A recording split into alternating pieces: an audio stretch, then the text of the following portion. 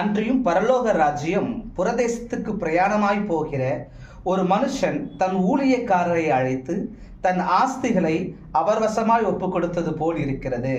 அவனவனுடைய திறமைக்கு தக்கதாக ஒருவனிடத்தில் 5 தாலந்தும், ஒருவனிடத்தில் 2 தாலந்தும், ஒருவனிடத்தில் 1 தாலந்துமாக கொடுத்து உடனே பிரயாணப்பட்டு போனான்.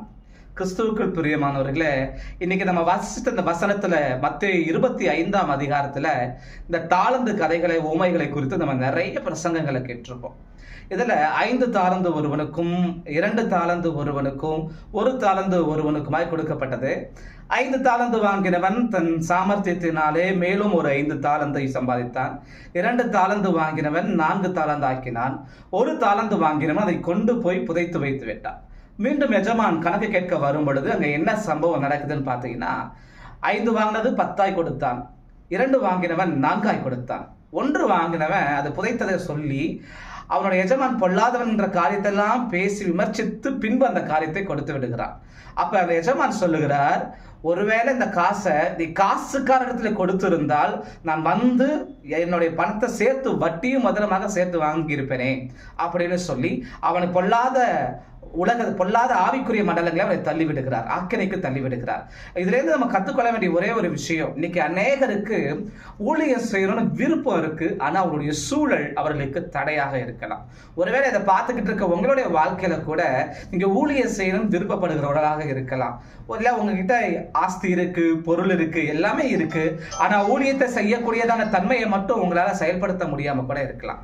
இதுல இருந்து நான் உங்களுக்கு சொல்ல வைக்கிற ஒரே ஒரு விஷயம் என்னன்னா, ஒண்ணு, நீங்க ஊழியத்தை செய்யுங்க. அப்படி இல்லையா, வசனம் சொல்லுது காசுக்காரத்துல கொடு என்று சொல்லப்பட்டிருக்கிறது இல்லையா? அப்ப அதுக்கு என்ன அர்த்தம்? உங்க பணத்தை ஊழியம் செய்கிறவர்களை தாங்குவதன் வழியாக இந்த ஊழியத்துல நீங்களும் பங்கடைய முடியும். அதாவது வசனம் சொல்லுகிறது, சூசன்னால் தன் ஆஸ்திகளினாலே இயேசு கிறிஸ்துக்கு ஊழியம் செய்தார்.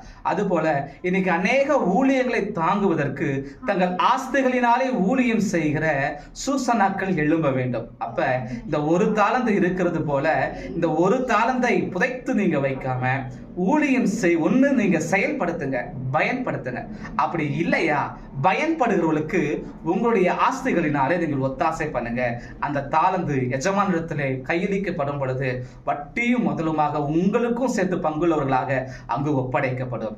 அதன்படினாலே உங்கள் எண்ணங்களிலே இந்த ஒரு சந்தர்ப்பத்தை, இந்த ஒரு வாய்ப்பை பயன்படுத்தி ஊழியங்களை தாங்குவதன் வழியாக உங்கள் தாலந்துகளை பயன்படுத்த முடியும். பயன்படுத்துங்கள். பரலோக ராஜ்யத்திலே எஜமானை சந்திக்கும் பொழுது உங்களோட பலன் இதன் வழியாக மிகுதியாக இருக்கும். கர்த்தர் உங்களை ஆசீர்வதிப்பாராக. ஆமென்.